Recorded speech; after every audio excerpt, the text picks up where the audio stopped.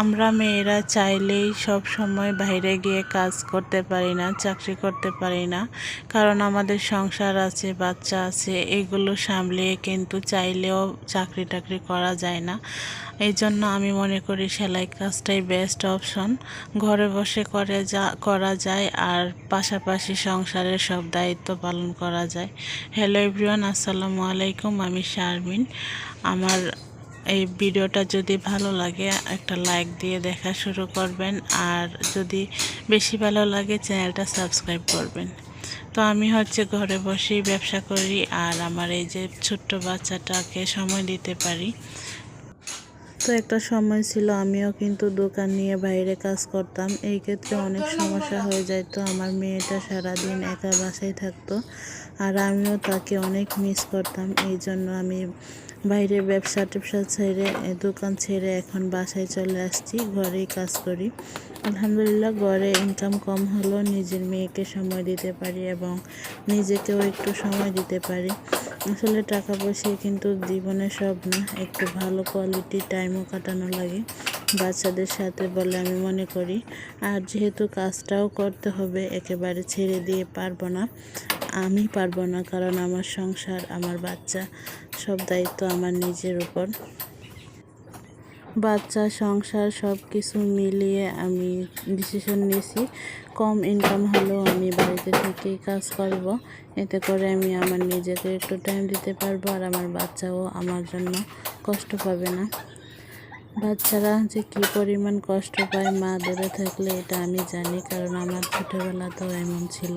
তো ওইগুলো আজকে নাই বলি। তো এখানে আমি একজনের অর্ডার ছিল, ওইগুলো কাটতেছি। এখন সেলাই করব কাটিং করে। তো বাড়িতে ব্যবসা দিয়েছি, বেশি দিন সময় হয় নাই, মাত্র 2 মাসের মতো হয়েছে। তো 2 মাসের মধ্যে যাই ইনকাম হচ্ছে টুকটাক ভালোই আলহামদুলিল্লাহ।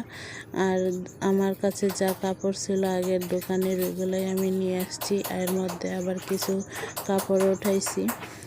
আর যেহেতু বাড়িতে নতুন, অনেকেই জানে না, ওই জন্য কিছু কিছু কাজ আছে ফিরিয়ে দিই না, যেগুলো আগে দোকানে থাকতে করতাম না।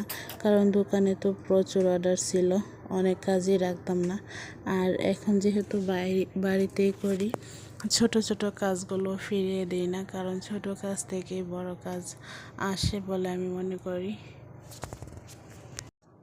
আর বাড়িতে এসে দেখছি বেশিরভাগ অর্ডারগুলো আমার ওইরকমভাবেই পড়তেছে।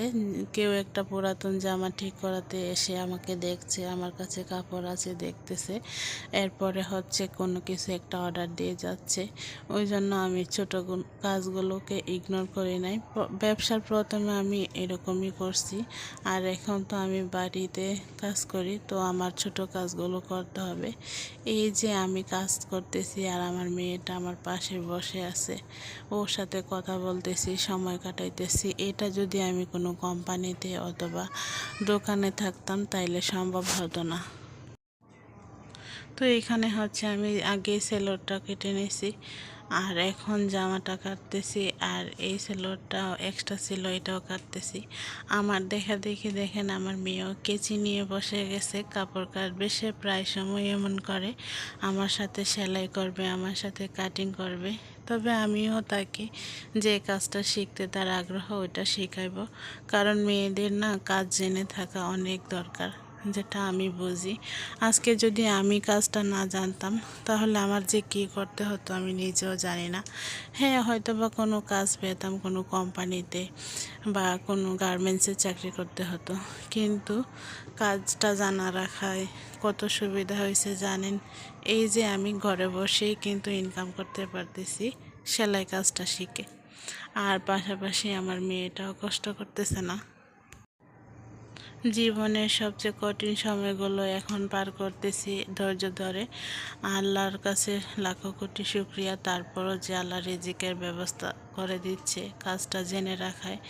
এখন কাটিং করা শেষ, আমি সেলাই মেশিনে বসে গেছি। আর আমার এই মেশিনটা কিন্তু অনেক দিন আগের।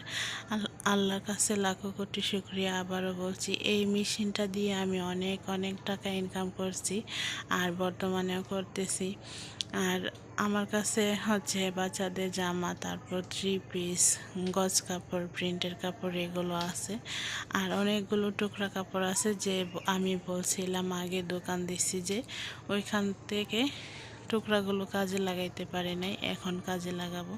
যেহেতু আমি একা ভিডিও করি তো ওইভাবে ডিটেলসে ভিডিও দিতে পারবো না, কারণ আমার ভিডিও করা দেওয়ার মতো কেউ নাই। আর সেলাই টিউটোরিয়াল ভিডিও দিতে গেলে ডিটেলসে ভিডিও করতে হয়, ওই জন্য আমি এরকমভাবেই ভিডিও করব বলে ভাবতেছি।